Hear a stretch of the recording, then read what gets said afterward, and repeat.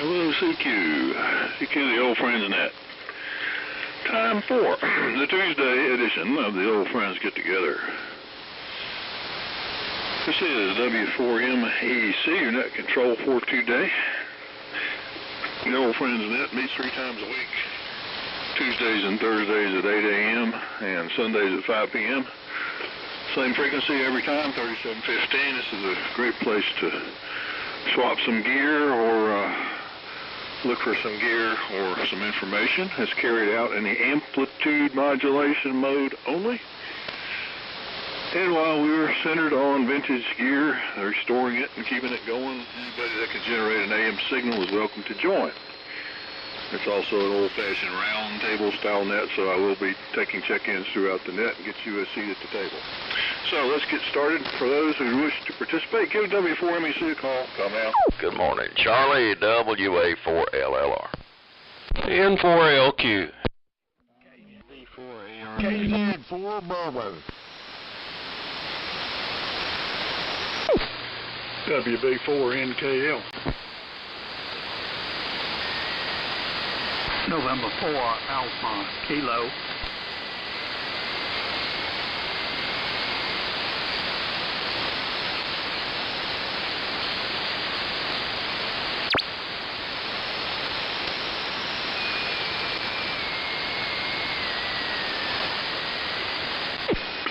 Okay, we'll start with what we got here. Dave, WA4LLR. Steve, N4LQ. Buddy, WB4ARK. John, KZ4B. And I think there was a third station in that triple there, or double, so I left a space, might be George. And after the space is Cliff, WB4NKL, and Glenn, N4AK. Any others? And George, are you there? Go ahead. K4GDM.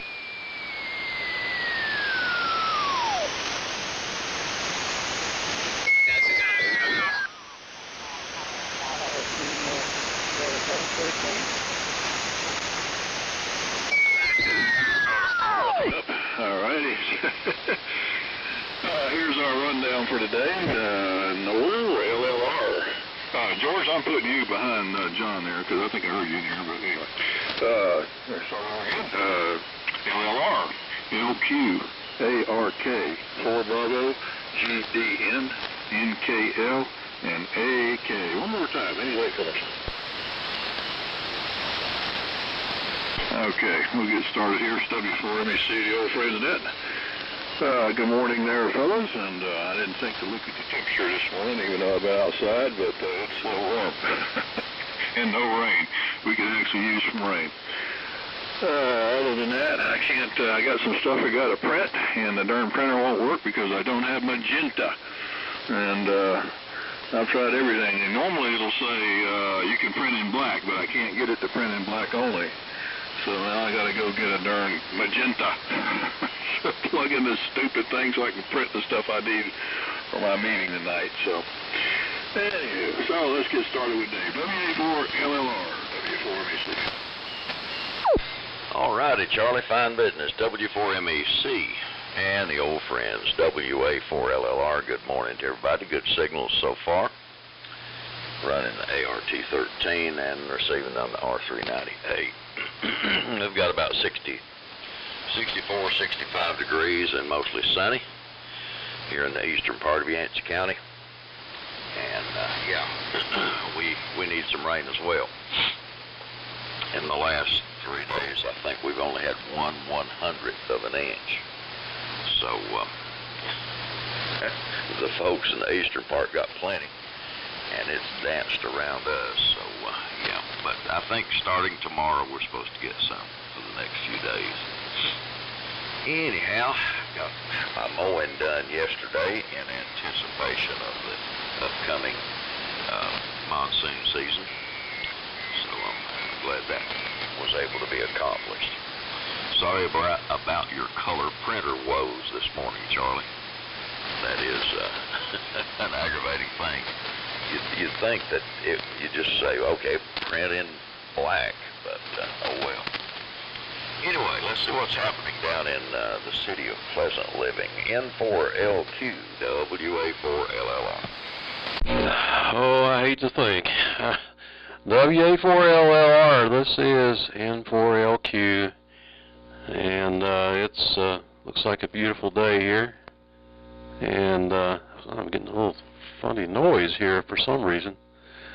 I hope this thing sounds okay. I'm on the Collins 32V3 75A4, and it's supposed to get up to 96 degrees and be mostly sunny all day. So I think tomorrow there's a chance of rain, and they've been saying this for about over a week actually, and it was more than what they had been predicting, but it's only a quarter-inch tomorrow, a quarter-inch on Thursday, and another quarter-inch on Friday. So looks like a monsoon season indeed. Okay, buddy, take it away. WB4ARK, N4LQ. N4LQ, WB4ARK. Well, Charlie, I'm very sorry I did not get the person who follows me, so I goofed. Yeah, the weather here is clear, and it's going to be quite warm today. I'm glad I got my brake job done yesterday. Although it was not cool in the garage yesterday, it was rather warm, to say the least. And I'm also sorry to hear that Stan's wife has passed away. I think I only met her one time over the course of our knowing each other. So I guess we'll turn it over to, I'm not positive. I'm just going to turn it back to Charlie and let him sort it out. So take it away, Charlie. W4MEC, WB4ARK. Okay, George. Sorry, buddy. Okay, buddy. Go to John, and after John, George. You can take it away, John. Okay, Charlie.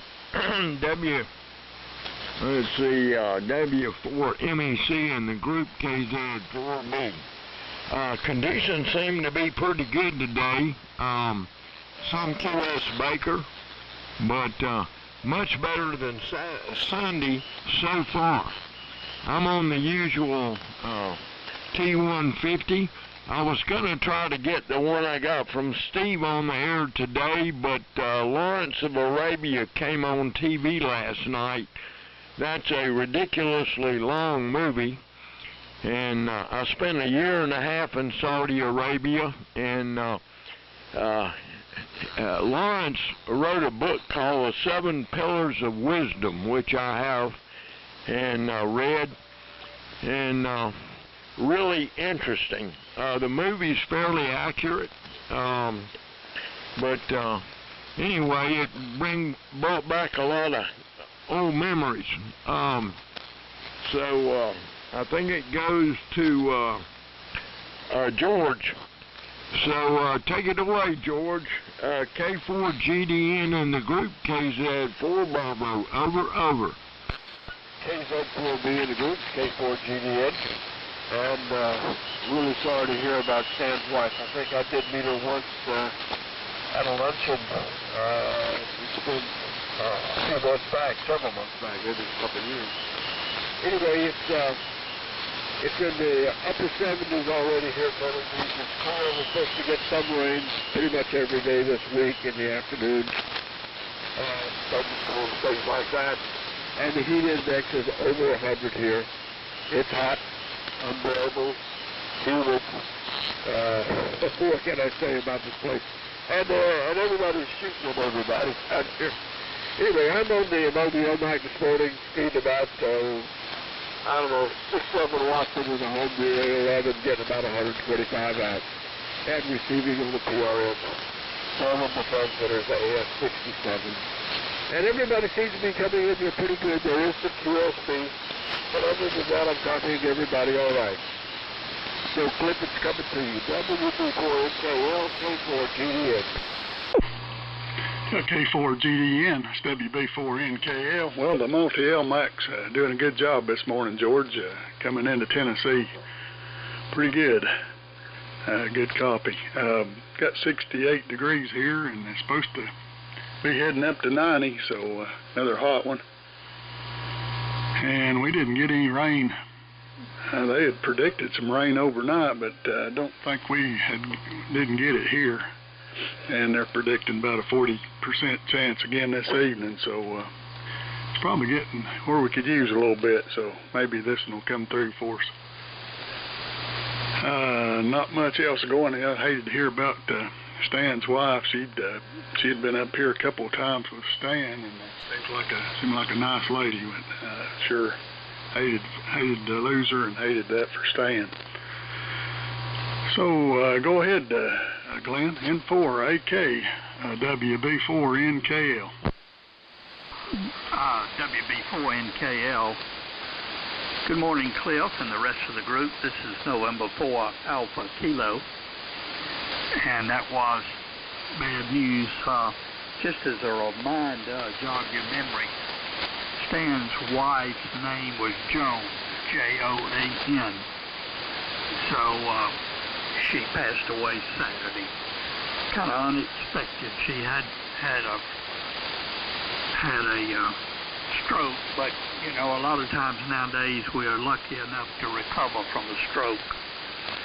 76 degrees over here in Sunset. Looks like it's going to be clear. Probably high of 92. We've had no rain either, so every afternoon I water my squash and tomatoes. So maybe we'll get a little rain tomorrow here also. Charlie, thank you for taking my phone call yesterday. And interestingly, we were talking about the Icon 718 on Sunday. And it ended up that little bulb was open, and on my schematic, the bulb doesn't show up. And also I found, which obviously hadn't made any difference to the rig, something called R1. It looks like a resistor, but they call it an absorber, A-B-S-O-R-B-E-R. It's supposed to absorb noise. Never heard that term used before. So that's what was on the ICOM schematic. So anyway, I just shorted the bulb together temporarily and everything worked fine. So never did have to get around to the diodes, thank goodness. I never would have made that. George, good copy on you this morning. Good to hear you from the beach down there. So, back to net control. W4MEC, November 4 Alpha Kilo, 100 watts here today.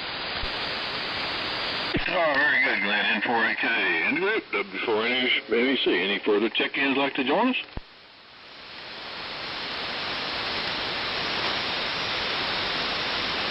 Okay, W4MEC, the old friend's net. Real good. Well, I did finally look at the temperature. It said 68 degrees. And so it's a little warm out there to start, but okay. Yes, it was sad that we got the news on Stan's wife. We had just learned, I think, Thursday that she had a stroke the previous week. So, and that drug there, that if they give it to you, I think within 3 hours of a stroke, it's supposed to really improve your chances. So I guess in this case it didn't work. So prayers out to him. Let's see, what else? The bulb. Well, Marvin came up with something, but I'm not sure if he was talking about a backlight bulb or something else, but I couldn't find the schematic. I thought I had made a note. I've got several notes on the 718, and I've got them saved on a computer, and I would have swore I had made a note about that bulb. But then I went looking on the internet for it. You know, I said, replace L14 with the light bulb, all this, and absolutely nothing came up. And all I got was links to all different manuals. And one of them said advanced. So I clicked on the advanced manual, and that was useless. But none of the manuals show that light bulb. But like you notice when you open it up, and I've noticed in opening rigs up that have never been worked on before, that bulb is in there. But I guess maybe if you write ICOM, they might tell you about it. But I remember when that got popular here a few years ago, somebody made a surge suppressor or lightning protector or something with a light bulb in it. It was in a QST article, and that's about the time these things started showing up. So, but anyway, and they still, well, up until recently, they still made that rig. I don't know if they still do, but when the ones I worked on, I couldn't get parts for them, and ICOM wouldn't sell you any. I guess they curbed the market. But when I'd go looking for a couple parts in there, I'd go on to Newark or Mauser or DigiKey, and I'd put in the part number, and it'd come back obsolete. And this is a rig they're still creating today, so anyway, maybe they substituted it with something, but they put the part number in the schematic, and it comes back obsolete. So I wouldn't recommend that as a first rig for somebody. So besides the difficulty of working on it and with all the surface mount, and a lot of the surface mount is deep in the field of coils and stuff like that, so it's just about impossible to get in there. But so much, no one talk about that. That was a nightmare. So let's go around again with Dave, WA4LLR, and the group, W4MEC. All right, fine business, W4MEC and the old friends, WA4LLR. Well, Glenn, I appreciate you putting the information about Stan's wife out on the old friends reflector, and our prayers certainly go out for Stan and his family. I met Joan one time, I believe, at the Waynesville Ham Fest. Let's see here. Anyway, Steve, the 32V3 sounds good. And Buddy, the ARTs always are doing a good job for you. John, I like the sound of your T150. And now you've got a pair. George, the AF67 is doing a great job up here into the mountains. And Cliff, you're always strong. Glenn, glad you got the 718 going again. And there's a lot of rigs that have a light bulb for a safety feature in them that I've noticed, and an absorber Well, I guess a resistor does absorb a current, so why not call it that? Let's see, what else is going on? Not a whole lot. The solar or the space weather is pretty calm. Sunspot count's 111, and solar flux index is kind of low, 113. I'm sorry, 118. And the K index is 3, which is kind of high quiet, I guess, or high stable. Not quite up to active. A few interesting items from this day in history. On this day in 1497, Vasco da Gama took off on his first voyage to India from Lisbon, and ultimately opened a sea route from Western Europe to Asia around Cape of Good Hope. On this day in 1839, John D. Rockefeller was born. On this day in 2011, Space Shuttle Atlantis made the last shuttle mission. On this day in 1950, Douglas MacArthur was appointed commander of the United Nations forces in the Korean War. On this day in 1947, the local newspaper reported a flying saucer had been recovered near Roswell, New Mexico. And of course that was refuted almost immediately by authorities. And I don't know if any of you saw the bio that I put on the Old Friends Reflector about Jesse Marcel, who was the fella in the newspaper picture who was also a ham. Kind of an interesting guy. And let's see, this is 1889. Charles Dow published the first issue of the Wall Street Journal. And this one is kind of interesting. On this day in 1889, John Sullivan beat Jake Kilrain in a title to defend the heavyweight championship boxing. The thing that makes it interesting is it went 75 rounds. Man, that must have been some ordeal. Down to you, Steve. N4LQ, WA4LLR.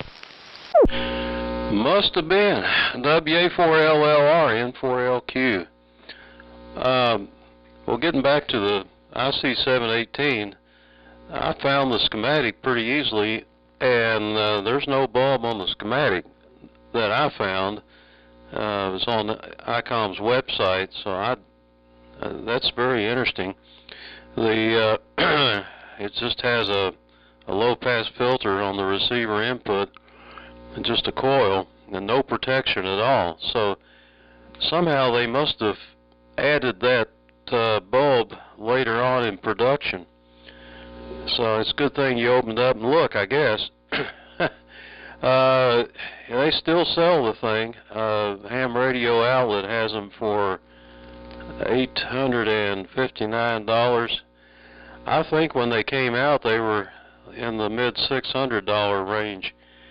They came out in 2000, so that rig's been around 25 years, and it's neat because the speaker's in the front.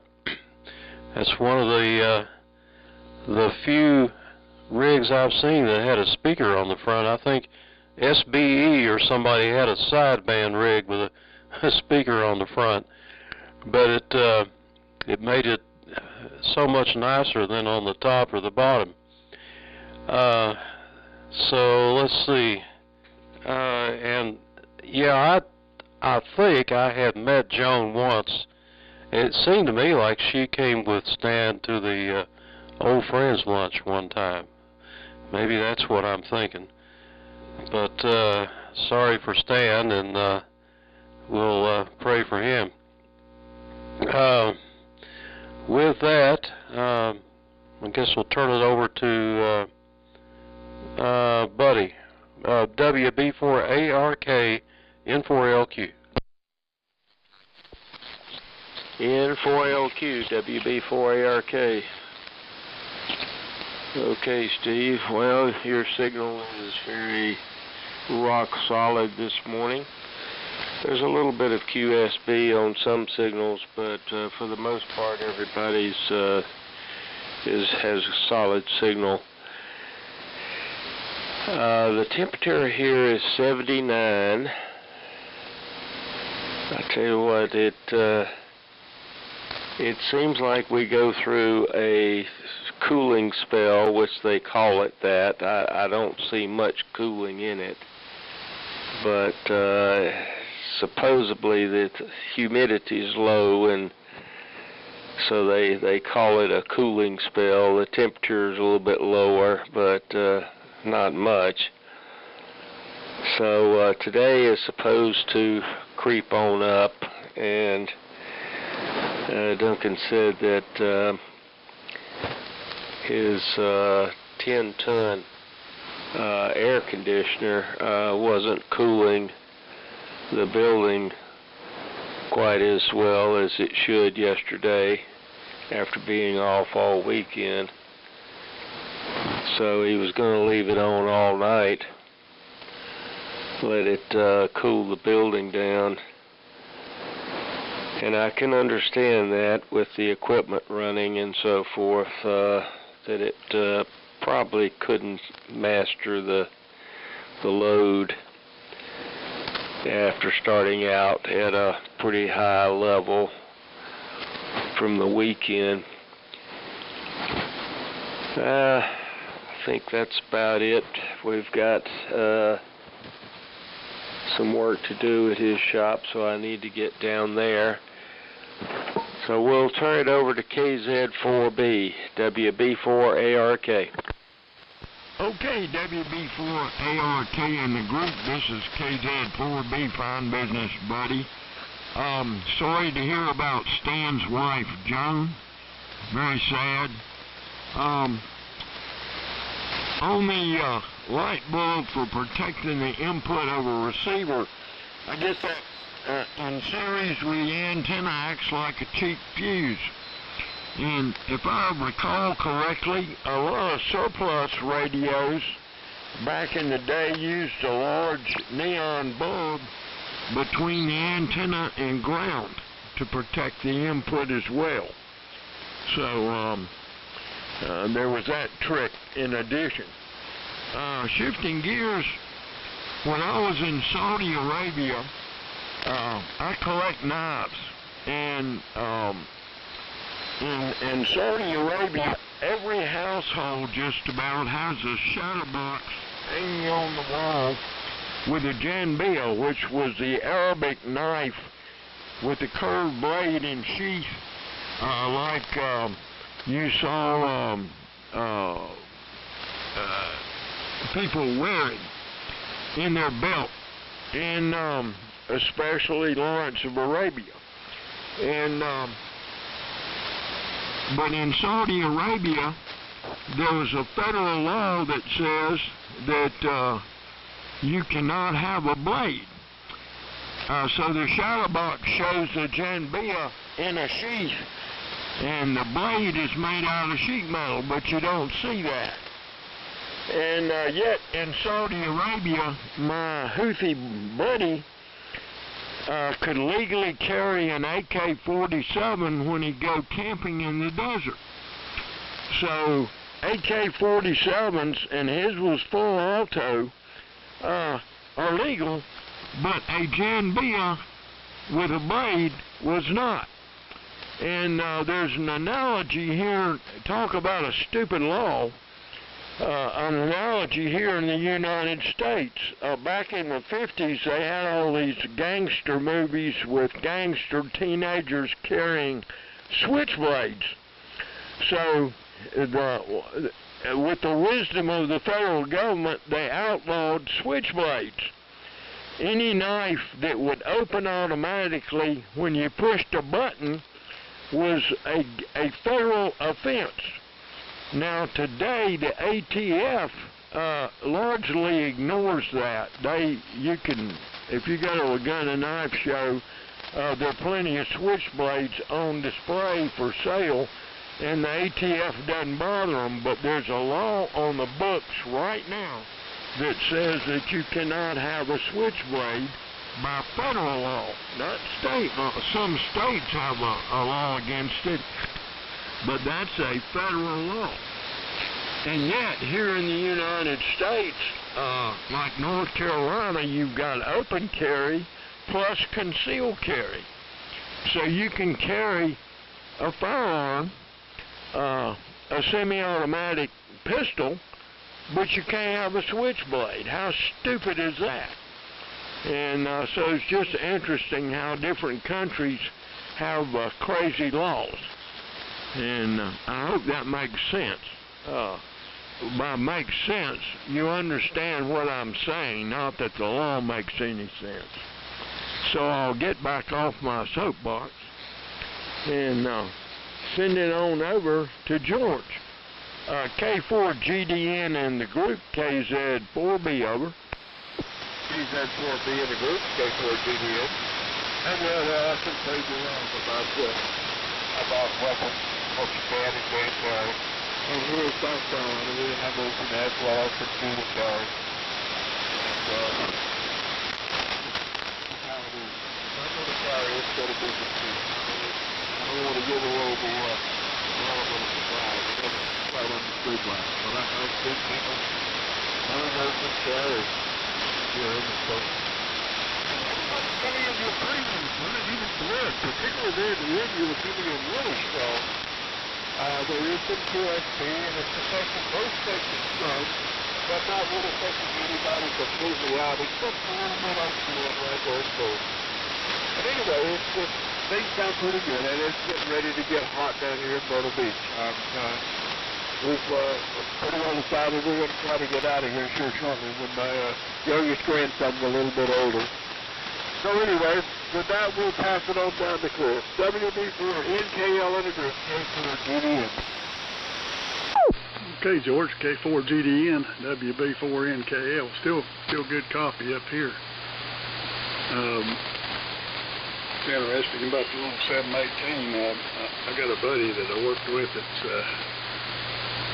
he's got two of them. That's his rig of choice. I guess he bought them about 2000, and I sent a picture to Steve that his wife had a cake made to match the radio, and they did an excellent job. It looks like a 718 sitting there.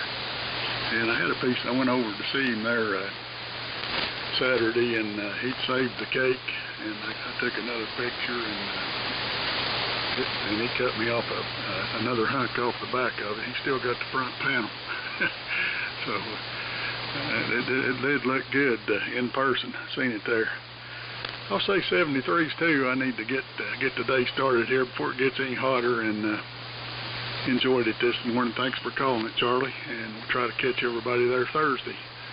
Go ahead, Glenn. N4AK WB4NKL. Okay, WB4NKL in the group, November 4 Alpha Kilo. And by the way, ICOM really doesn't use a burb officially. That on the schematic is listed as a coil, L14. And some other parts are available if you look on Copilot, and you can get them from DigiKey.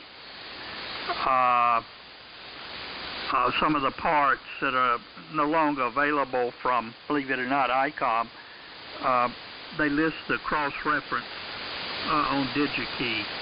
It's got about 12 or 14 numbers, so if you're playing with a 718, look on artificial intelligence, Copilot. Anyway, talking about interesting on Saudi Arabia and about the knives, and yeah, in the 50s the switchblades were outlawed. It so happened that across the street from me was a doctor, and in our hometown there was certain nightclubs that were frequented, and it was called a juke joint, J-U-K-E, juke joints, if you heard of them. And the brethren couldn't really afford pistols back then, so a switchblade was the method of choice. And the switchblade with a good swipe across the neck, hitting the jugular vein, meant the guy would bleed to death before any doctor could get to him. So South Georgia was famous for switchblades. You could get them that were pretty long, and like I say, one good swipe across the neck and you're done. Anyway, let's see. Boxing.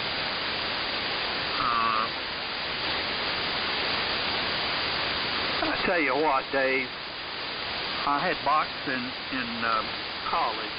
Had to take it. We were required certain things in the military school. Of course, I was in the super lightweight, flyweight.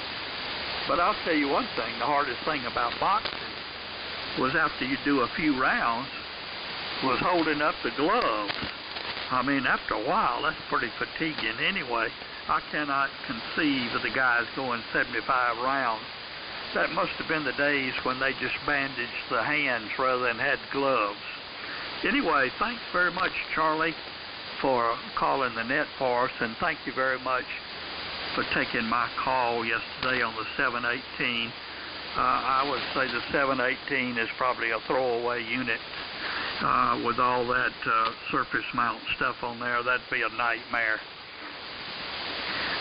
Back to net, and good morning to everybody. W4MEC, November 4 Alpha Kilo.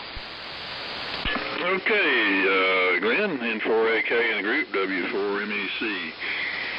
Do we have any further check-ins that would like to join us? Come now.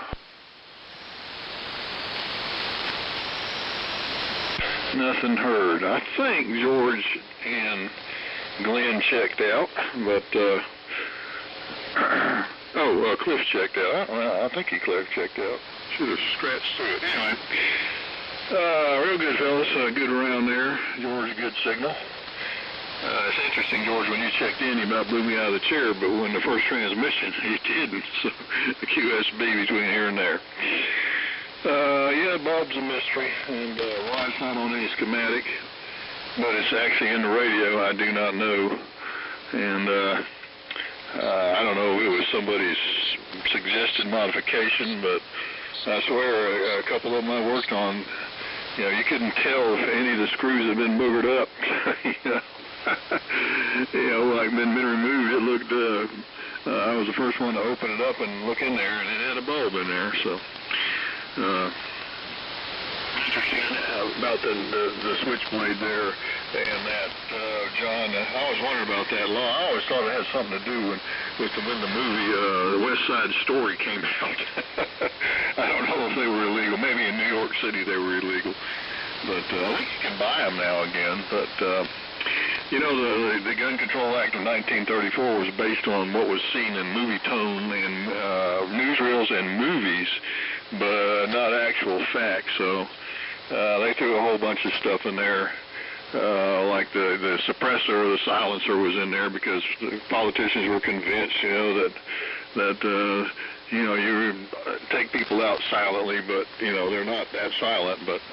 A lot of it was kind of hokey, just like they pass laws today on stuff. So, but yeah, up until that, what got me was a Thompson submachine gun was about $170. Of course, that was $1930, but it was $170 you could buy just about everywhere that sold guns, and it was put in advertising magazines as the rancher's friend, and it showed a picture of a cowboy on the back of a horse reared up, and he's got that Thompson over at his side, and he's dispatching a whole pack of coyotes with it. So it's you know, different era and different way of looking at stuff, I guess. So maybe the switchblade was the same way. So all right, we can go around at least one more time, but it sounds like we want to do a 73 round here. So with those of us who were left, we will do that and then go do something else. So maybe I'll go get my magenta color. WA4LLR in the group, W4MEC. Okay. Yeah, man's got to have his magenta. Anyway, yeah, that's interesting about switchblades and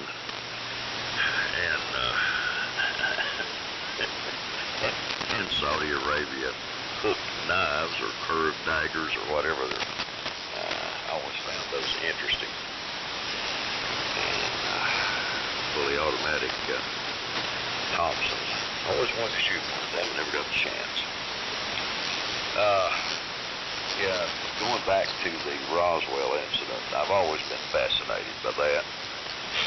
And I was just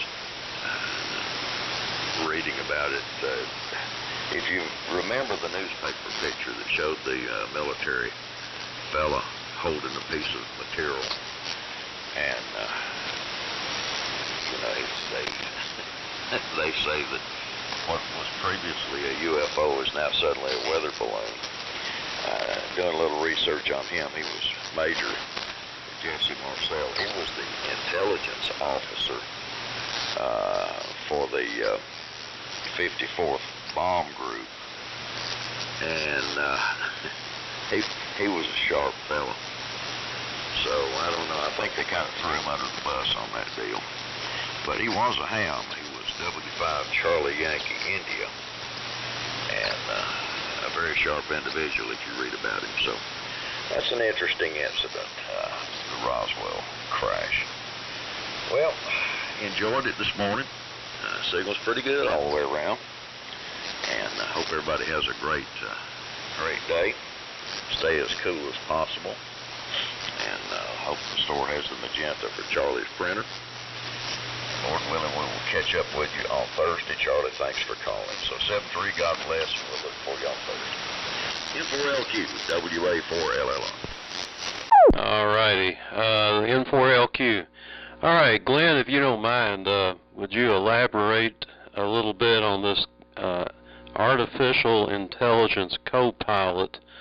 I think you're talking about the Microsoft AI. I've never used it. I think I found it, and I just wondered what you put in there to find that an IC718 had a fuse bulb in the antenna circuit, or if you did, because I'm keying in different things and I can't seem to get anywhere with it. So I don't know how I would even know that it had one in there.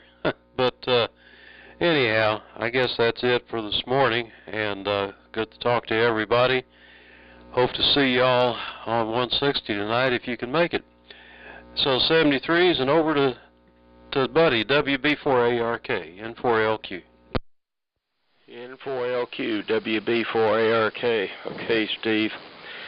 Well, I think the QSB finally reared its ugly head and took out most of Glenn's transmission. I don't know why it's so bad on his signal, but his is the only one that it really wipes out, but it did that time.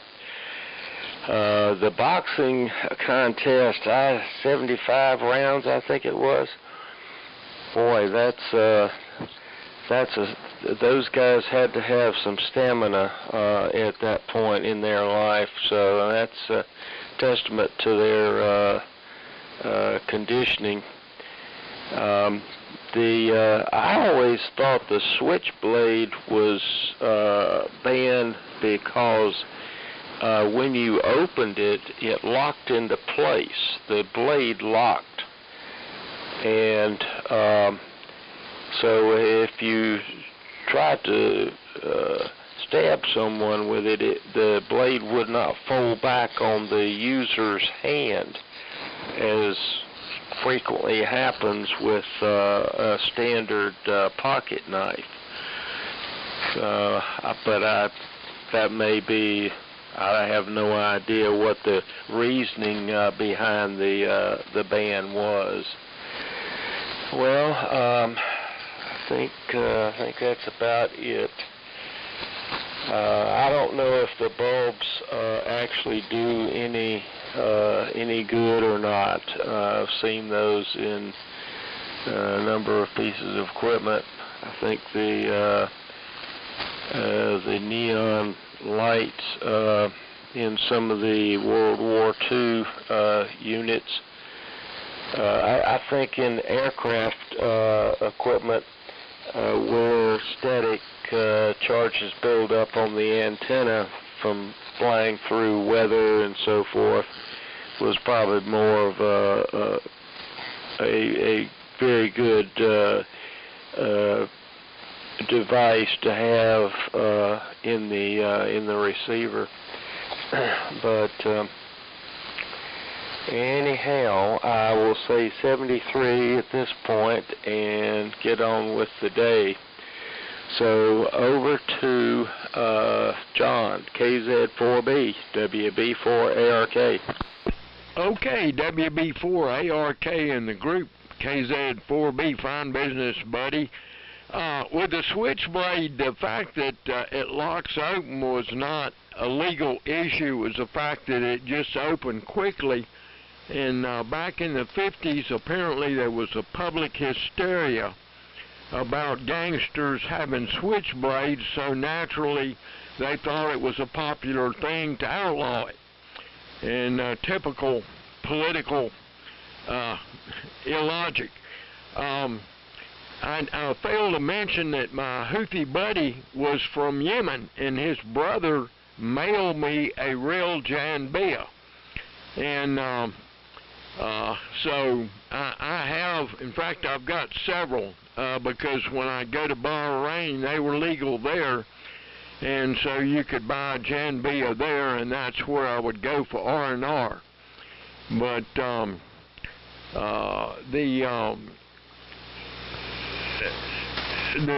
switchblade business, I have to tell you this story. I bought a bunch of switchblades in Saudi Arabia, and if you would bring something back in the U.S. and customs saw that you had a switchblade, they would always confiscate it. And I had a luggage full of switchblades and a bag of pistachio nuts. And unfortunately, I drew the, you get a little tag that says that you're going to be inspected. It's a random thing. And I was coming back in the Charlotte airport, and I got the tag that said, you must get inspected. So I went to the customs lady, who was an agricultural customs inspector. And I have this suitcase full of switchblades that I paid good money for, and I didn't want to have them confiscated, and here I'm being inspected. But the customs lady, as soon as she saw the bag of pistachios, she said, oh, that's illegal. That's an agricultural product that if the pistachios were in a sealed can, you could keep them. But if they were in a bag, she would confiscate it. So she confiscated my pistachios, was tickled to death that she had found something that she could confiscate, and totally ignored my bag full of switchblades. So I lucked out big time. And, it's a crazy world. That's all I can say. So thanks for calling the net, Charlie. And I hope everybody has a great week. Stay dry. And I think it goes back to Charlie. I think everybody else has signed out, but straighten it out if I've screwed it up. W4MEC in the group, KZ4. Be clear about listening. Charlie, I'll make a comment on the 718. Okay, real good. Let me double check. George and Cliff are gone, right? Yes, they're gone. This is November 4 Alpha Kilo. Here's the thing on this Copilot. Microsoft has a browser called Edge, E-D-G-E. And within that browser, Copilot is a free add-on. And you download it. If it doesn't come automatically downloaded in your browser, it'll have an icon at the bottom of your page. So when you want to ask Copilot a question, you just click on it. A different screen will appear, and it says, what can I do for you? And you have a little type-in place. You type in questions. Now on the 718, the 718 does not originally ever have a light bulb in that circuit. The component is listed as L14, and L14 is a little bit of a coil with beads, and it's probably like a surface mount. But once you get into Copilot, it'll tell you that where you can get the part from Mauser or DigiKey, and it lists the part that's actually used. So sometimes, and it actually will say that not available from ICOM. So I hope that helps you. I find that Copilot's been very interesting on helping to troubleshoot some equipment, believe it or not. So one other comment, Charlie, about silences. As you know, my son is into guns, and he found a choke that was on one of my old antennas. You know, it's an aluminum round choke type thing, and he made a silencer out of it. It was very good. And then I noted to him, I said, that's against the law. So if I'm not mistaken, if you want a silencer, you cannot do a homemade. You have to actually pay a license fee and be registered to have a silencer. W4MEC N4AK. Okay, N4AK in the group, W4MEC, real good. Well, I used one of those AIs that popped up, and when I was looking for that story about the bulb, and it came back and said, when I put in, I posed a question about L14 being substituted with the light bulb in the Icon IC718, and it came back and told me that there was no such part. There was no such part L14 in the ICOM 718, so that wasn't a good AI thing there. So, yeah, silencers are illegal. I think they just changed the law now. You still have to register them and apply, but you don't have to pay the $200. So, and you know, it's funny about that. A few years ago, someone discovered that the common oil filter made an excellent silencer.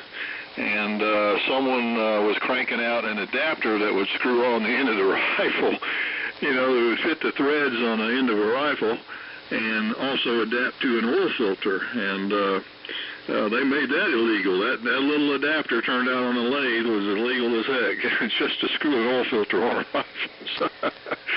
So you can't beat Big Brother, that's for sure. So anyway, thanks for everybody that checked in today. We'll look for you on Thursday and try and stay not hot, and let's hope we get some rain here. 7-3 all. W4MEC. Shut down the whole transmit. Bye-bye. Hey, Charlie. Go ahead. Yeah, it's N4LQ. I was playing with Copilot here, and I put in IC718 part number L14. It comes back and says L14 refers to a specific coil component. It's in the phase lock loop unit and can be found on the PLL board. And technicians adjust L14 using a frequency counter. Everything it says is wrong. And so I don't know. Did you ever find a replacement bulb for it?